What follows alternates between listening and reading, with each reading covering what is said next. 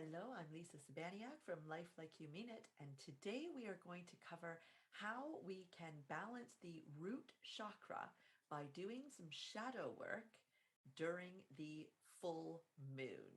So today's video is going to be in three parts.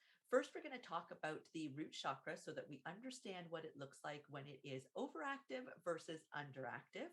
Two, we're going to look at three very specific journal prompts that you can use to start getting clear for yourself on how fear is really operating in your life.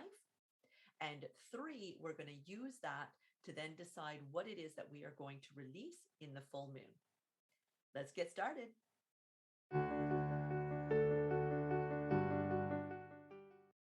All right, so the root chakra is our chakra that is just at the base of our sacrum, so at the very bottom of our spine. It's got the color associated with it as being red. And this chakra is dealing with fear, insecurity, survival, trust, groundedness. So if we are functioning really well with this chakra, if it is within balance, then we will have a great sense of trust, while being grounded, and also have a great sense of belonging in the world. We are making our decisions not based on fear, but based on love and trust in ourselves that we will make the right decision, and trust that if it isn't the right decision, that we are going to be able to handle that and course correct. So there are two ways that this chakra can end up looking like it is out of balance. First, we have the overactive chakra, and this just means that it is spinning faster, if you will, with a faster vibration than what it needs to be in balance. And what this means is that you are going to um, you're going to yearn for more. You're going to be jealous, greedy, have a lust for power that can come out in many different ways. On the other side, if it is underactive, you are going to feel fearful and anxious, unsure, financially unstable, ungrounded, right? And unstable, generally speaking. This chakra is blocked by fear. And so that's what we want to really do with our shadow work, is in dealing with that fear. So what we are going to do is we're going to use the cycle of the moon so that we can do the shadow work for this particular chakra. So the full moon is the time when we are releasing and letting go. So that means that we first have to decide what it is that we want to release. So our first part is going to be not at the full moon, but rather at the waxing moon. So this is the stage of the moon cycle where we have just gone from a new moon. So we've not been able to see the moon in the sky.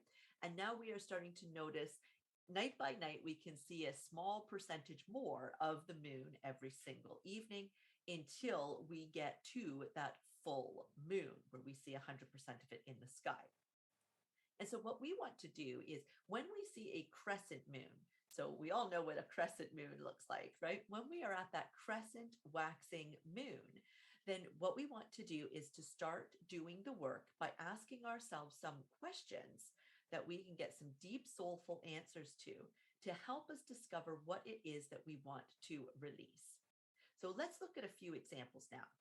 So since this chakra deals with fear, the first thing that we can do is use a journal prompt to ask ourselves where fear is showing up in our lives.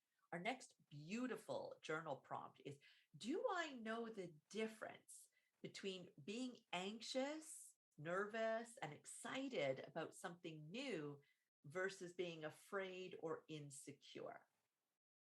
And our last journal prompt for our root chakra here is, what keeps me from feeling centered, grounded, and safe? Now, I talk in more detail about the moon and her cycles, as well as your cycles, how you can sync them up so that you never again will be doubting yourself, will be, saying negative things to yourself and feeling disappointed because you don't feel like doing something, like you're procrastinating, or you are not feeling like you want to eat those foods you set out for yourself, or do this exercise plan you set out for yourself, or be as productive as you had planned to be. But instead, you will understand where you are in this cycle so that you can use that to your advantage. And it's free. Just click on a link that's in the description if you want more information.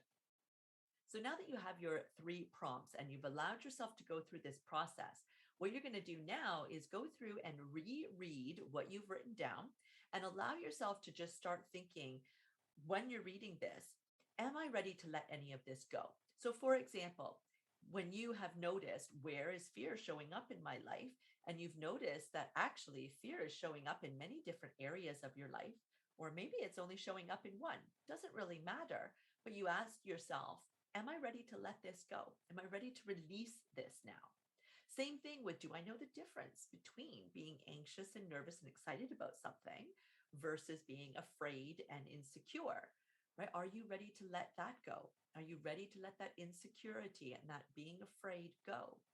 And lastly, again, what keeps me from feeling centered and grounded, if you have identified some clear things that are keeping you from having that balanced root chakra where you feel centered and grounded, are you ready to let those blocks, whatever they are you ready to let them go? For everything that you answered yes, you're ready to let go. Now what you can do is just write that out. And you have 2 options now. First of all, if you have a safe place that you can light this piece of paper on fire and allow it to actually burn safely into ash, then fantastic. That's what we can do. We can literally light a candle and then use that candle, hold our piece of paper with all of the things that we are ready to let go, which by the way can be individual pieces of paper if you'd prefer, or all on one. You're going to have that intention as you go to put that into the flame and maybe even say it out loud, right? I am releasing, and list them all off as you light that on fire and place that into your fire safe pot or cauldron or whatever it is that you have. Let that burn down to ash. And then again, if you've got a safe place to just deposit that ash, that's fabulous. If you'd like to bury that, also a great option. If you don't have a safe place for fire, then that is totally fine. You can take your piece of paper or your several pieces, if the case may be, and you can rip them all up into tiny, tiny little pieces. Again, with that intention being that you are releasing this. You can say it out loud for each one that you are ripping up, and then you can go and bury it in the earth. If you live in an apartment building or place that where you don't have a back garden, even just a potted plant would be fine. You can actually just turn up the soil around that plant, especially if we've got small pieces of paper, and sprinkle them all throughout, and then put the soil back over top with the intention that you are releasing this to Mother Earth.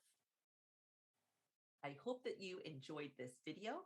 We are going to cover what we are going to do next for the root chakra in our next video. This will help us to raise our energy vibration and actually come into feeling secure, safe, and grounded. Stay tuned. If you haven't already subscribed, click that button and do so now, and use that gray icon of the bell to make sure that you do not miss the next video or any others talking about our shadow work, chakras, and the full moon.